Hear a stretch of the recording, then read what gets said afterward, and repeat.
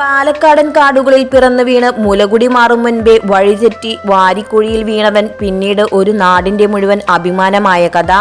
വളരെ ചെറുപ്രായത്തിൽ തന്നെ പ്രശസ്തിയുടെ പടവുകൾ ഓരോന്നായി കയറി ഒരു ദേശത്തിന്റെ പേരും പെരുമയും ഉയർത്തി അകാലത്തിൽ കാലയവനികയ്ക്കുള്ളിൽ മറഞ്ഞുപോയവൻ കല്ലേക്കുളങ്ങര രാജശേഖരൻ.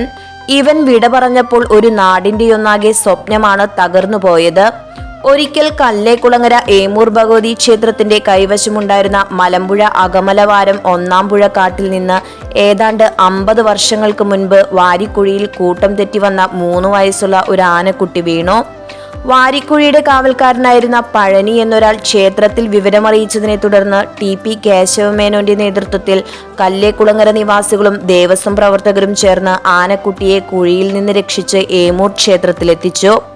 3 വയസ്സുള്ള ഈ കുട്ടിക്കുറുമ്പൻ ഒരു ദേശത്തിന്റെ മുഴുവൻ പൊന്നോമനയായി മാറിയത് വളരെ പെട്ടെന്നായിരുന്നു.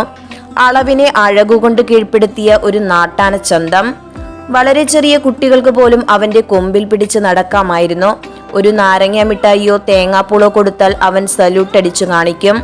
യാതൊരുവിധ പ്രശ്നങ്ങളൊന്നും ഉണ്ടാക്കാത്ത ശാന്ത സ്വഭാവിയായ ഒരാന. പാലക്കാട് കൽപ്പാത്തി രഥോത്സവത്തിലെ താരമായിരുന്നു രാജശേഖരൻ. കൊടുവായൂർ, പെരുങ്കുളം, തിരുപ്പൂർ, ഉദുമൽപേട്ട, പേരൂർ തുടങ്ങിയ രഥോത്സവങ്ങൾക്ക് തേര് തള്ളി നീക്കാൻ രാജശേഖരന് പ്രത്യേക പ്രാവീണ്യമുണ്ടായിരുന്നു. കല്ലേക്കുളങ്ങര നാടിനെ പ്രശസ്തിയിലേക്ക് ഉയർത്തുന്നതിനിടയിൽ എരണ്ടക്കെട്ടെന്ന മഹാരോഗം അവനെയും ബാധിച്ചു.